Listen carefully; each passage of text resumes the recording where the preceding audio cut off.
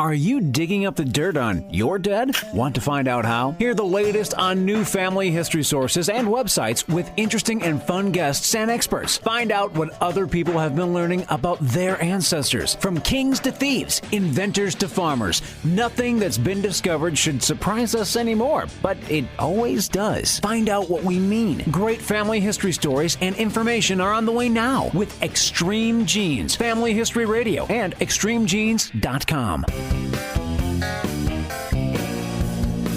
Grandpa stole his first buggy in 1892. I met your grandma pig slopping in 46.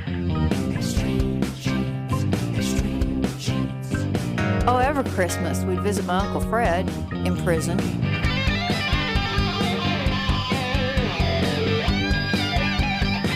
Greetings, genies across the USA. Welcome to Extreme Genes Family History Radio and extremegenes.com.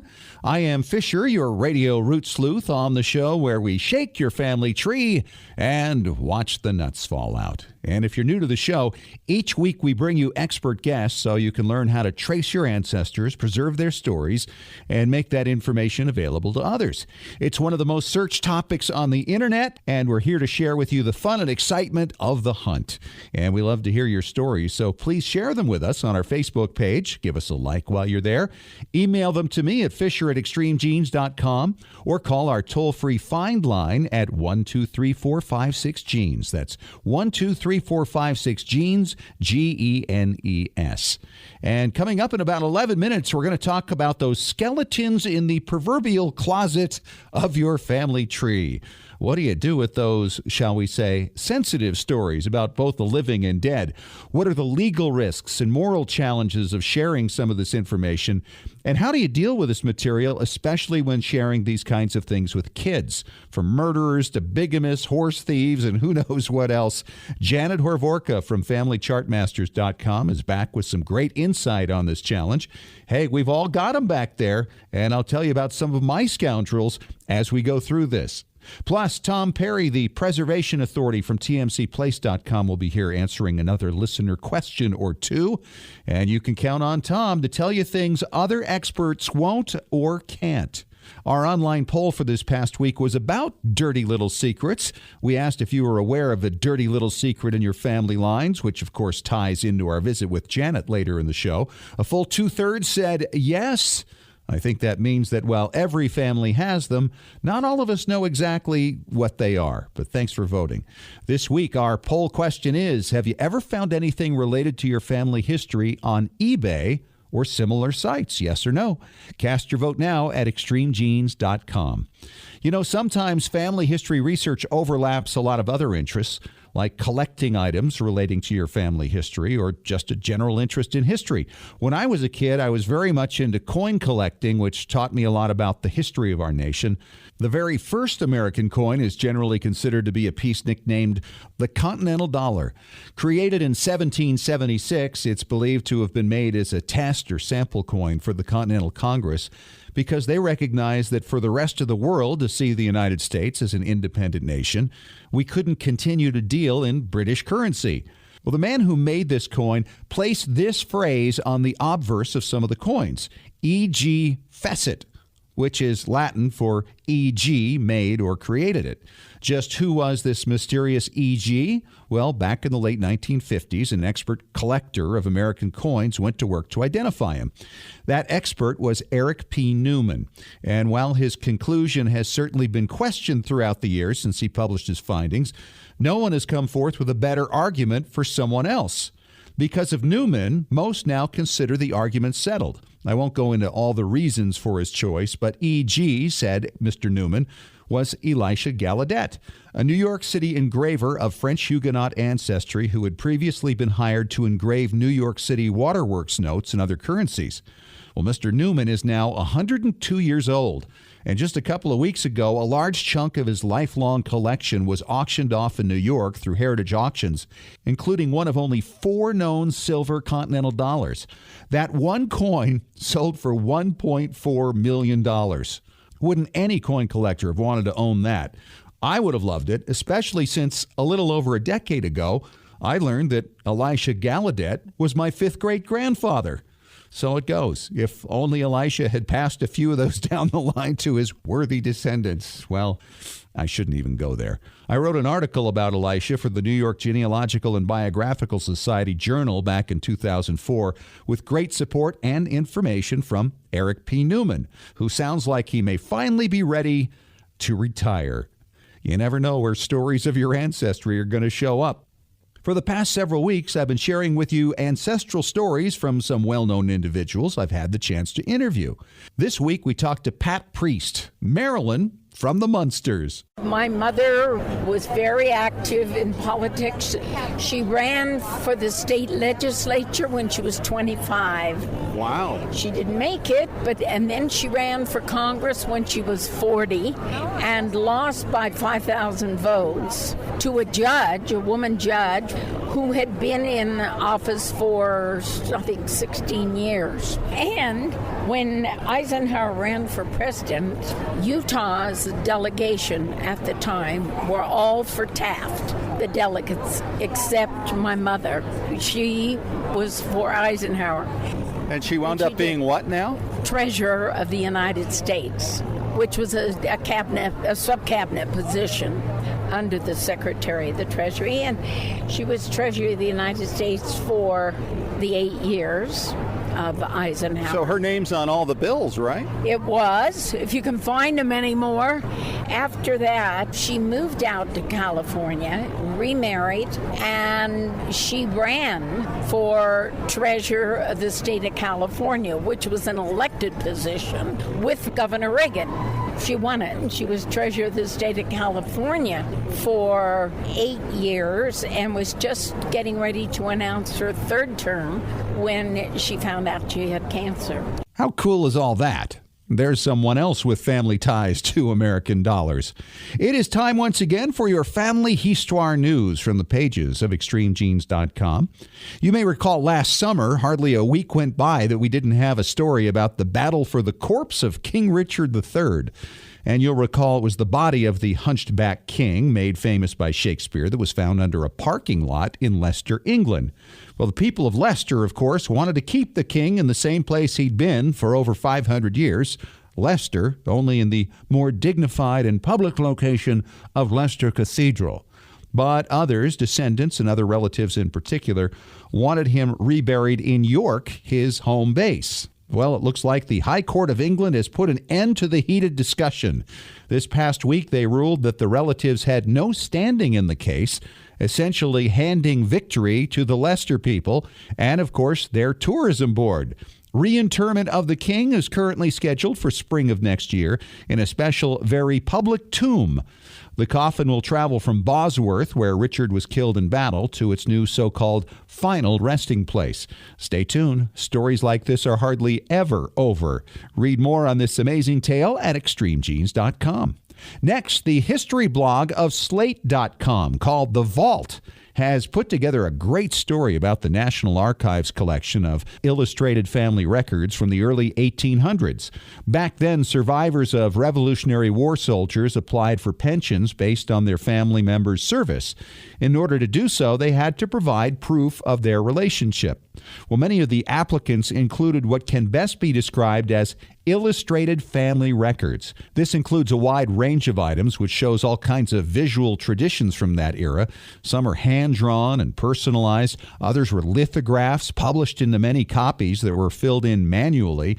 Nonetheless, the samples are beautiful, and it is certainly possible that one or more of your ancestral families have left records now digitized in the National Archives. Check out the links and see these remarkable records, and also find the link where you can search to see what may be there for you at ExtremeGenes.com. Before we take a break, just a reminder that you can catch up on all our past shows via podcast. There's a lot of information and a lot of incredible stories to be heard in our archives. Find them at ExtremeGenes.com, iHeartRadio, and iTunes, among other platforms. And, of course, you can now download the totally free and totally awesome Extreme Genes podcast app for iPhones and Android. Find it in your phone's store. And on the way in 3 minutes, Are the skeletons in your family closet rattling you?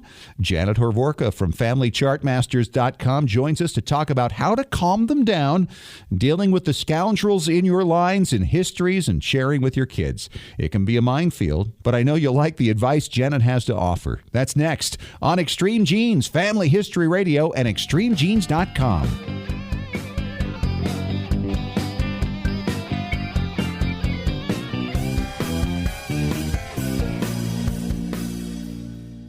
Your priceless 8mm home movies and your precious family videos are deteriorating right now. Heat, moisture, insects, dust, mold, time, they're all robbing you of your family's memories. It's time to preserve those treasures right now by digitizing them at tmcplace.com.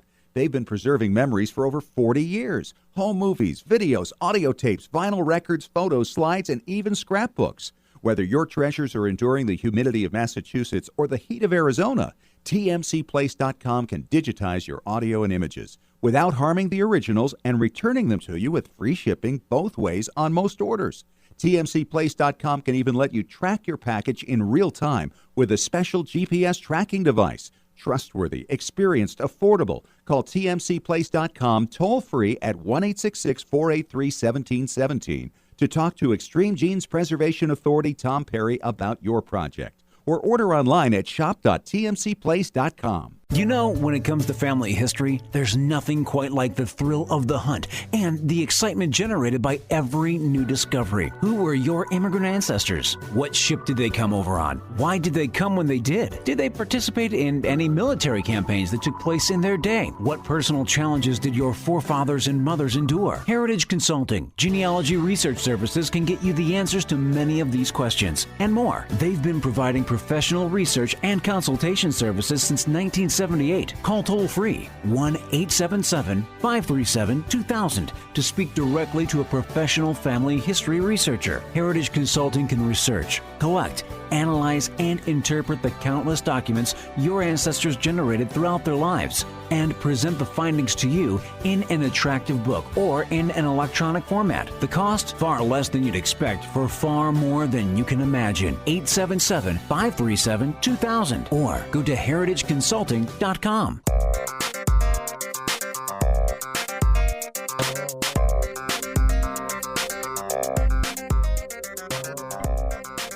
And welcome back to Extreme Genes, Family History Radio, ExtremeGenes.com. It is Fisher here, the radio root sleuth, with my special guest, Janet Horvorka from FamilyChartMasters.com. Welcome back, Janet. Thank you. Glad to be back. I'm excited because, you know, I was at your presentation not too long ago about dealing with in-laws and outlaws and those scandal-ridden ancestors that we all have. Aunt Elsie, who ran off with the milkman. Yes. And we've got bigamists, we've got thieves, and we were talking about how in the world we deal with this when we write our histories or we want to share our family history with the kids. How do you pass it down? Yeah. Exactly. And you had some great thoughts and concepts on this. And I thought we'd start with the first part being dealing with the living.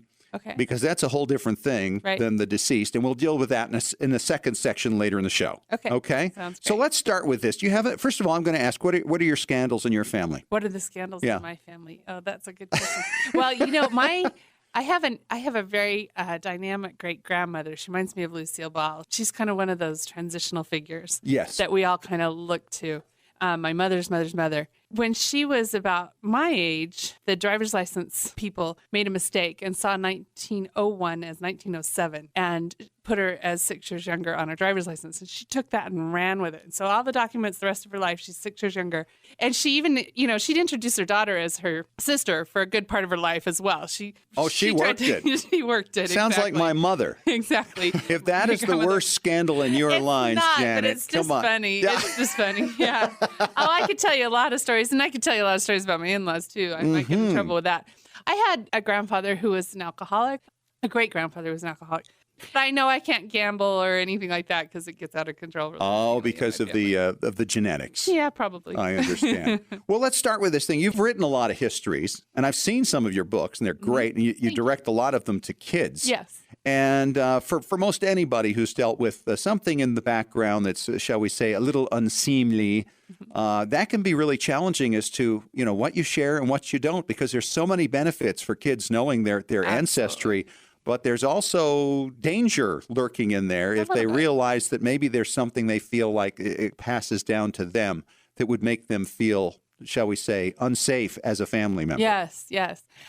My biggest passion about my family history is passing it down, and passing it down in a healthy, emotionally healthy way, because it gives kids identity and resilience, and it teaches them that I can do this. This is my DNA. My family has gotten through trials, and I can do this too. That has been a big factor in my own life. This same great-grandmother went through some hard trials in her 20s, and I did as well. And I was given her personal history that she wrote. And it gave me this sense of, I can do this. I knew who she was as an adult, and I'm not going to let these trials define me. I'm going to grow up to be like Nana was. I think it's so important to invest children and youth in their family history. And so some of these issues can be dangerous. A lot of times I think it depends on the age of the child. Obviously, you're not going to teach a child about really harsh abusive issues or mental illness issues or things when they're younger. But then sometimes it's good for a child to just know all the time growing up. My sisters are adopted. They just knew that from day one. That's just who they were. That's not something you dump on a child at 35 either. So, right. So there's kind of a balance as to when and how, and it probably depends on the issues in your family. Every family has issues. Every family's got a horse thief. If you haven't found him yet, you just need to keep looking. We've got our, steers count, don't they? Yeah, steers count. Yeah, we have those. Right. So every family has issues. It's just a matter of how do you, number one, pass it down in an emotionally healthy way. This is something we can learn from. This is something we can get over. This is something we've survived. There's always a survivor in every painful story as well, usually. And there's always somebody who's a hero in that situation too. And then you also have to be careful, too, that all scoundrels have a little bit of hero in them, and all heroes have a little bit of scoundrel in them. Absolutely. And so you have to be careful not to paint it with too wide of a brush. I mean, this is a good person and this is a bad person. Right. And there are typically reasons behind people's behavior. Right. Okay. Right. So let's talk about the living people now, though. Okay. Because this is where it gets a little tricky. Yes. Obviously, you want to record stories and share those. And sometimes these people are going to cooperate and share their story. And some people are going to say, I don't want anything to do with this because, shame or guilt or whatever that might be. And you have to find that balance. You've also got legal issues to consider if you write about the living. So get into that a little bit, Janet. So with living people, facts are not actionable and they can't be copyrighted. And anything that is a matter of public record already is already something that's out there. So anything like public court documents, newspapers, anything, of course, that somebody now today puts out on social media themselves. I mean, so many people are putting so much out on social media. Look particularly at who posted it, but mostly anything that's already a matter of public record, that's already out there. You're safe with. So you can legally write those things when dealing with living people. You can. But then there's the other side of it, and that's the moral side. Is it right to write these things? Absolutely. If something isn't out there, then it's an invasion of privacy. If you were the person to give publicity to a matter concerning the private life of a person, then that's something that's actionable in court, and you want to be careful with that. And that's where you might ask permission? Absolutely. To share something or have a discussion? So when you get to ethical, what is right, you need to give a lot of care to anybody who's living. That's a huge wall there. As long as someone's alive, you need to ask permission, obviously. It's their story to tell and not yours. Keeping something confidential, keeping something that you maybe know about private is just crucial with living people. That it's really their story, not yours. I remember stepping in it once myself on this. Did you? I was writing, my dad passed 40 years ago. Mm-hmm. His first wife, still living. And so I wrote their story and I got to the end of it. And I thought it was a very innocent thing that I'd quoted my dad saying, gee, I left the courtroom with $8 in my pocket. Mm-hmm. Well, I didn't know my half-sister was going to share that with her mother, and this upset her very much. Yeah. And so when I went to do the next version of it, my sister made it very clear that can't be in there. Yeah. And I felt really bad about that. Right. But this is the danger and the risk we take as authors sometimes of this kind of writing. Right. And writing can be anything. That could be social media, that could be a blog, that could be websites.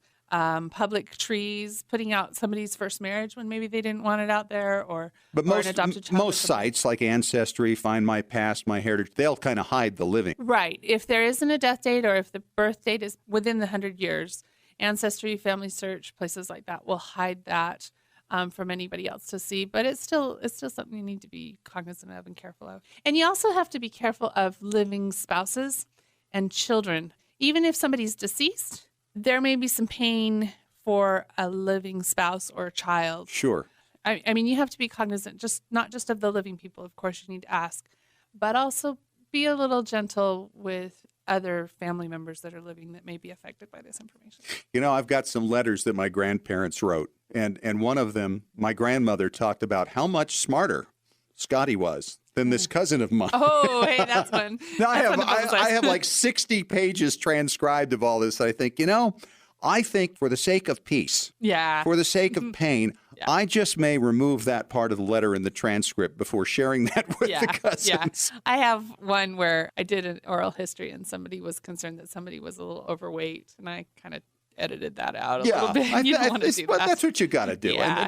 Now, are you compromising the history by doing that? And that's another issue. We'll talk about that, too. Are you ready to get to that? Because you got to be true to the history, too. That's right. But you're talking about the dead in that circumstance. Yeah, definitely a little more. Yeah. So just to review, as far as the living goes, we got to be really careful. We got to be aware of legalities when they're living. Because I don't think there's any legality if you write about somebody who's dead, right? No, there's no legalities. Once somebody's dead, there's nothing actionable as far as court's concerned. Right. Okay. But then there's the moral side, the ethical side, and sensitivity and pain. So that's where we're going to. All right. When we come back, Janet Horvorka and I will talk a little more about dealing with the dead scoundrels. And there are usually a lot more of those than the living ones, at least, hopefully anyway. We'll get to that next on Extreme Genes, Family History Radio, and extremegenes.com.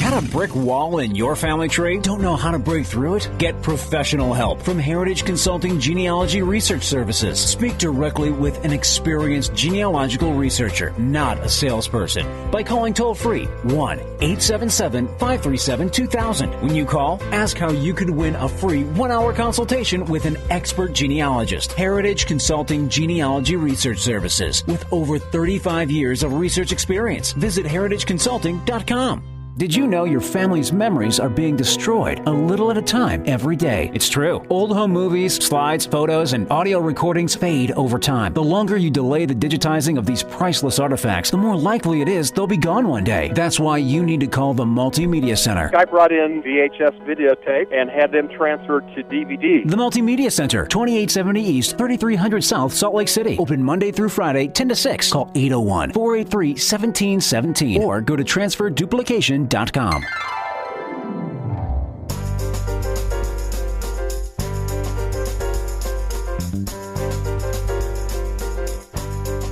welcome back. You have found us. It is Extreme Genes, Family History Radio, extremegenes.com. I am your congenial host, Fisher, with my special guest, Janet Horvorka from FamilyChartmasters.com. And we're talking about how you record histories when you have a skeleton in the closet, as they say. So here was my steer story, Janet. Oh, okay. For many years, my wife's Stout family side from Indiana was well revered. They'd been ranchers, had lots of children, and well established in the community. And her great-great-grandfather, Thomas, died in 1903. The obituary said he was a well-respected man of the community. And then I later came to figure out that the reporter who wrote that obituary probably wasn't around in 1875 when the stories were flying around the Midwest about this man that ran off with the wife of his farmhand and actually gave a small amount of money to buy a large amount of steer from this company he had done business with, and then sold a larger number of steer than he had on the take. So he wound up with $20,000 in his pocket. Moved to another state, took on his mother's maiden name, and set up house with this woman. Wow. Well, the sheriff went out and found him and brought him back to the shame of the community, of course. He had to face his wife and 9 children. Oh, 9 children. Yeah.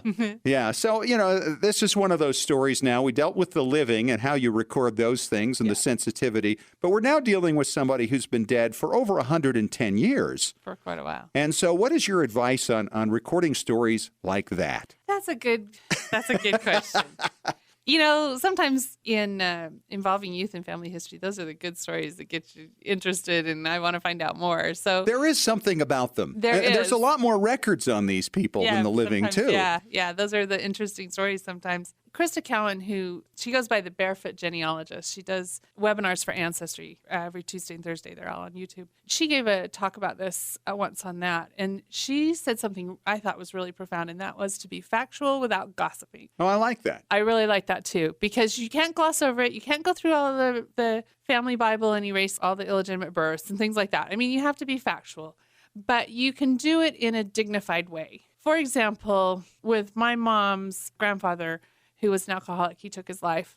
She was able to write about it and focused on the challenges that he had in his life. And she focused on when Prohibition came out, he was so patriotic that he went off his alcohol immediately and went through what we now know as withdrawal symptoms. And that's when he took his life. And so she framed it as some of the other parts of his character, too, the patriotism, the things that kind of help explain the whole situation, but also in the way that we understand things from our point of view now. Sometimes things are different. Sometimes there are things that we don't understand about the way things worked in history, the way men ran off with other people's wives or whatever, or the way mental illness was treated or things like that. Sometimes we don't understand their situation, but sometimes we can understand it better knowing more now, too. That's true. Like in the alcoholism situation. So I don't understand why my wife's great-great-grandfather wasn't thrown in jail for what he did. Right. He was brought back, he made restitution, apologized, and went on with his life. And maybe that was something that was accepted then. And so you have to be careful not to inflict our values onto past situations, but also you can maybe sometimes reinterpret things with what we know now about different situations, too. There are many people, living and dead, of course, who have gotten into major trouble, maybe throughout the course of their lifetimes, got themselves thrown in prison, gone through the legal system, really have a habit of things like this. How have you dealt with that?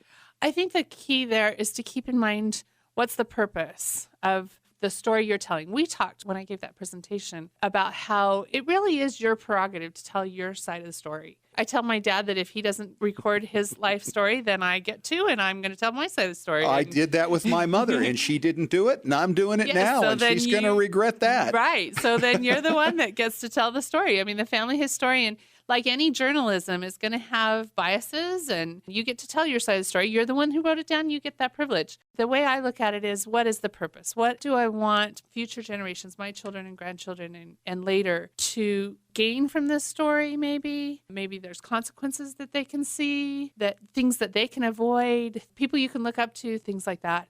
I think when you talk about your family history, you want to give them healthy coping skills as to how to deal with that. Well, there are benefits. I mean, aren't there proven psychological benefits to people understanding their history? Yeah. There is actually a part of the psychology department at Emory University that's done some interesting studies on this. It's called the Emory Center for Myth and Ritual in American Life. And a man there named Marshall Duke has done a bunch of studies about how telling the family narrative affects young adults. And they decided from their studies that one of the most important things you can do to teach adolescents, especially resilience, and what they called internal locus of control, which is I'm in charge of my life. I'm not a victim. I can make a difference in the world. One of the strongest things you can do to give teenagers that is to tell them about their family history.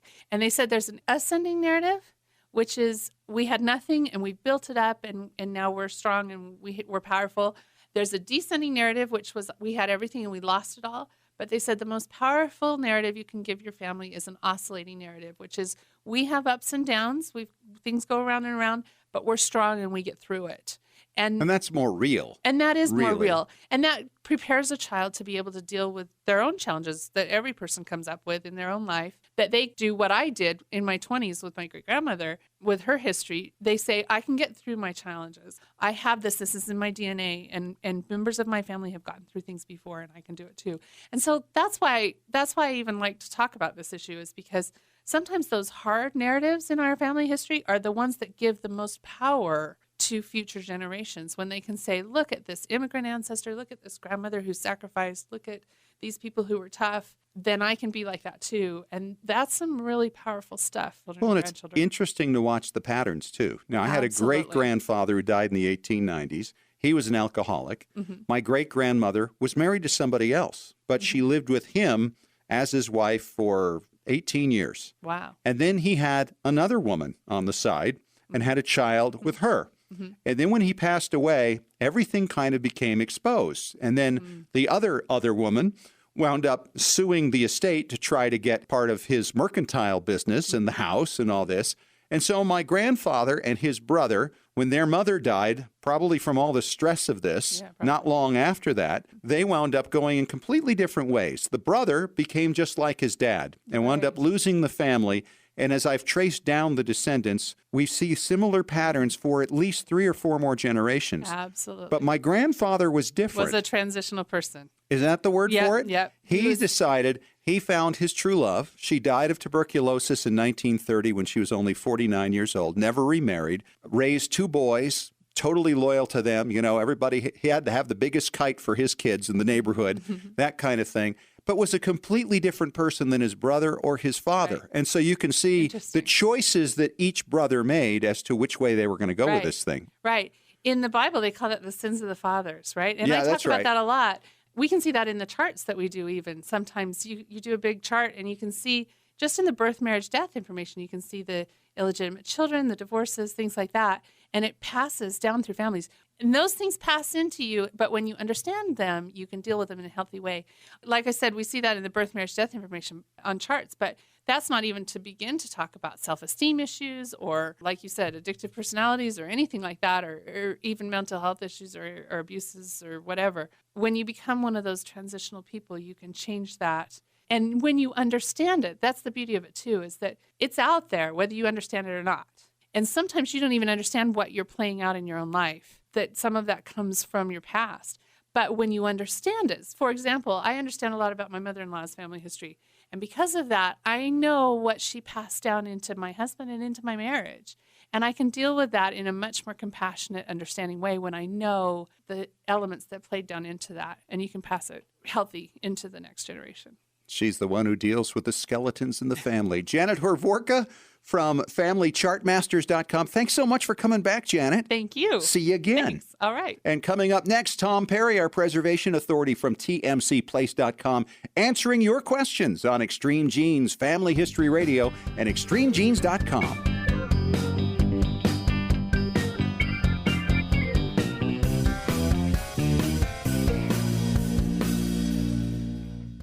Remember how fun it was to capture those special moments of your children's childhood on video and watch it back, knowing that you'd be able to have that memory forever? Or watching a home movie of your own childhood and seeing many of your loved ones who are now gone. If you haven't yet digitized those family treasures, you're at risk of losing all of them with each passing day. Time and elements slowly destroy videos and film, as well as rare old photos and audio recordings. Rescuing your memories is what TMCplace.com has been doing for over 40 years. They can transfer all these discs and hard drives so you and your family can enjoy them digitally for generations to come, and without damaging the originals. They provide free shipping both ways on most orders. They even offer GPS real-time tracking of your package so you can be confident that nothing can ever be lost in transit. Call toll-free 1-866-483-1717 to talk to Extreme Genes Preservation Authority Tom Perry about your special project, or order online at shop.tmcplace.com. How's your family history research going? Are you stuck on a difficult line? Don't know how to start? Let the professionals at Heritage Consulting Genealogy Research Services help. Heritage Consulting has been providing professional research and consultation services since 1978. They can help you find your own personal family history for far less than you would expect by researching, collecting, analyzing, and interpreting the numerous historical documents your ancestors left in their lifetimes. They'll then provide you with a professionally written report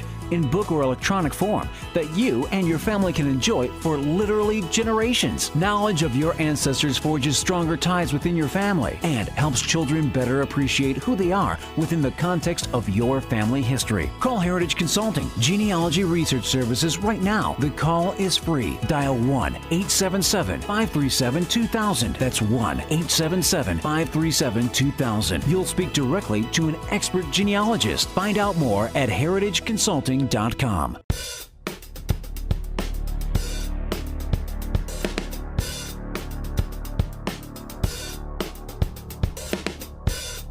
Welcome back to Extreme Genes, Family History Radio, extremegenes.com. It is Fisher here, the Radio Root Sleuth. And Tom Perry joins us again, our preservation authority from tmcplace.com. Hi, Tom. How are you? Good to be here. Good to see you again. And the new Consumer Reports is coming out for July 2014. And this is kind of a scary report. It's about your secrets not being safe. And this is important for us in the family history arena because we use a lot of stuff that exposes us. Oh, absolutely. That is so true. I mean, when we're giving stuff to friends or neighbors or putting something online that we think is only going to be seen by friends and neighbors, you don't have any idea. Something as simple as a Social Security number. In genealogy, you've always got your mother's maiden name. All this kind of stuff you have for hackers to get a hold of. It's just scary. We're putting it out there and we're not encrypting it. Now, especially when it deals with living people on your charts. Exactly. You hear about these people that went and got somebody that's still living that's like an 8-year-old and all of a sudden he gets a thing that he hasn't made his house mortgage. Yes. Because you've got his name, he's got his grandmother's name, he's got his mother's name, got the maiden name, all this kind of stuff. Somehow people got a hold of a Social Security card and got his number. Even something as simple as going to your doctor and they want your Social Security number, do not give it to them. Tell them if they need it, get it from your insurance company. Because filling out that form, if it ends up in a dumpster, if it ends up on an unsecured site, somebody can get that Social Security number, your 8-year-old son or daughter's name, and they go and get a loan. Well, let me tell you about my son. He went to college and applied for a loan and found out he had bad credit. Well, the fact is he shouldn't have had any credit because he'd never taken a loan before. He never had any credit cards and found out that somebody had gotten a hold of his Social Security number years before when he was about 16 years old and started working under his Social Security number. They eventually caught up with who that person was. Of course, they put an end to it, but that was a pretty scary experience for the family. Oh, absolutely. So make sure if you put stuff in the cloud or even on your home computer that has internet access, don't ever put Social Security numbers. Figure out some kind of a code that like a certain number is a certain letter that nobody else would know. You think you can trust your family, and you usually can. However, these people can hack into, if not your computer, maybe your brother-in-law's computer or your grandmother's computer that doesn't have the right encryption on it, and so they've got your information that you gave your grandmother. What's a scary era we live in? Let's talk more about the report. What's in it? Okay, well, for instance, when you're talking about the cloud, which we talk about a lot, Consumer Report was telling us that 60% of U.S. consumers took no measure to protect their online privacy. And this is absolutely crazy. You put all this stuff up on Dropbox, which we recommend. We love Dropbox. Right. Yeah, it's great. It's been hacked into before, and I guarantee it's going to be hacked into again. If you just have photos and things like that, it's not going to be a problem. However, if you start getting detail, putting genealogy charts up there that have people's last names, and people can get into those, find mother's maiden names, somehow get Social Security numbers, then they can get a hold of your stuff. What we highly recommend is if you have anything that you might even think is confidential, you get an encryption software such as TrueCrypt. It's just TRUECRYPT.org, and you can download their information. You can encrypt all your stuff, so if somebody gets your information, they won't be able to unencrypt it. You will only have the key. And what's the name of that again? It's called TrueCrypt, TRUECRYPT.org. And upload that and get the program, and it could save you a lot of heartache. So do your own encryption. Keep your passwords in your wallet in an encrypted way so only you know what those numbers and letters really mean. All right. Great advice. And you got to see that report from Consumer Reports, the July issue coming out, Your Secrets Aren't Safe. It's going to be of great help to you for anybody who collects information, especially on living people. Exactly. And coming up next, we have another listener question for Tom. He'll have the answer on the way in minutes on Extreme Genes, Family History Radio, and extremegenes.com.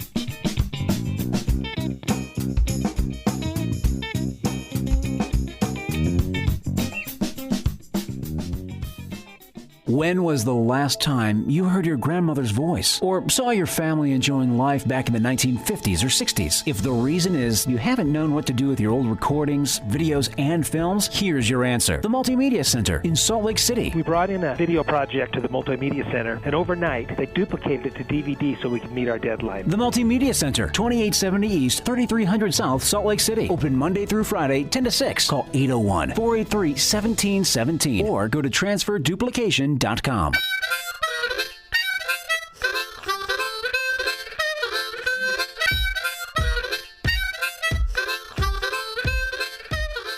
back. Final segment of Extreme Genes, Family History Radio, extremegenes.com. Fisher here with Tom Perry, our preservation authority from tmcplace.com.